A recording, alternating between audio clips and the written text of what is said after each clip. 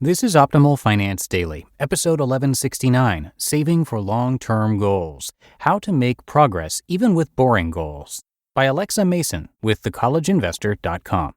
And I'm Dan, I am your host and narrator of the show. I'm here every single day reading to you from some of the best personal finance blogs on the planet. And I'm going to keep this Friday intro nice and short for you, so let's get right to it as we start optimizing your life. Saving for Long-Term Goals, How to Make Progress Even with Boring Goals, by Alexa Mason with thecollegeinvestor.com. Long-term goals seem so daunting, don't they? When you're starting from zero, paying off $30,000 in debt, or if you're saving $500,000 for retirement, it can seem downright impossible.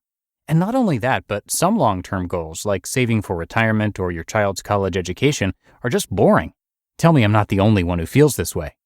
These goals are important, yes, but unless you're fast-tracking your way to an early retirement, putting smaller amounts of money back doesn't leave that feeling of excitement. This lack of motivation and feeling of overwhelm is probably why it's so hard to gain momentum. However, if you're aware of the reasons why you have a hard time accomplishing these types of goals and need some extra motivation, I think these tips will help. You can't do everything all at once. Prioritize. While there are so many goals I'd love to pursue, the truth is I can't do everything, and I'm sure you can't either. You need to work with the budget you have, stop comparing your situation to that of others, and figure out what goals are going to benefit your life the most.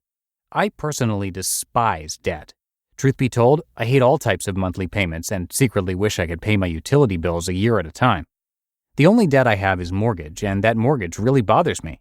My mortgage is my biggest expense, and without it, I would be able to live on a very nominal amount of money, which makes paying off the mortgage a big goal for me.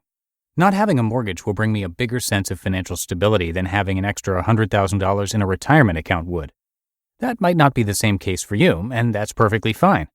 With the exception of building an emergency fund and paying off consumer debt, ditch any preconceived notions on what you should be doing, and by all means, forget what other people are doing. Think long and hard about what would make your life better. What's going to move you closer to financial stability for your unique situation? We all live different lives, so normal cookie-cutter, one-size-fits-all advice doesn't really work. You're the only person who truly knows what will make your life better. Once you figure out the things that you need to do, prioritize. You're not going to be able to tackle every single thing you'd like to do all at once, and neither am I. So pick the most important. Break your long-term goals into short-term goals. One of the reasons it's hard to stay focused on long-term goals is that they're usually so big that it doesn't feel like you're making a dent in them. Throwing an extra $200 a month at $30,000 of debt feels like you're throwing a pebble into an ocean, right?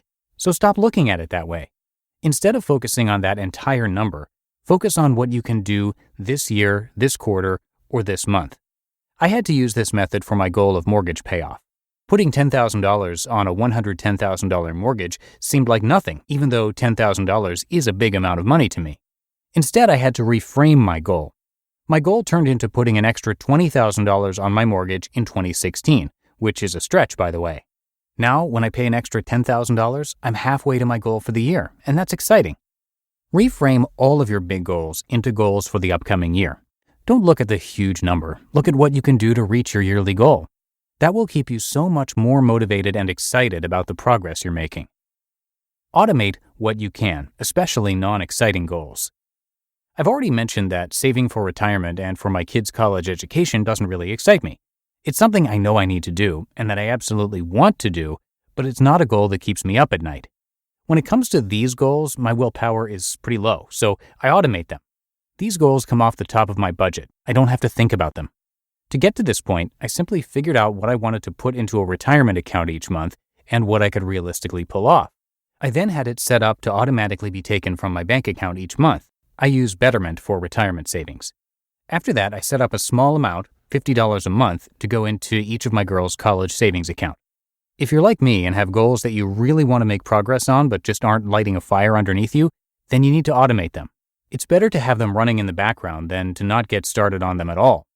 Do what you can. There are so many different places where you can start retirement accounts with as little as $10 a month. Figure out what you can do and then do it. And by the way, if you have a retirement account at work, it's probably best to meet with HR and see what you can do there. Continually monitor your progress. If you're really committed to making progress on those long-term goals this year, you need to continually monitor your progress. Check in on your balances, go over your budget, and keep funneling small amounts of money towards your goals whenever possible. If you don't make a habit of monitoring your progress, it won't be long before you completely forget about your goals. Here's exactly what I do. To give you a sense of how all this works for me, here's what I do. My 3 main long-term savings goals are 1. Paying off my mortgage in 8 years or less, 2. Saving for retirement, and 3. Saving for my kids' college education. Paying off my mortgage.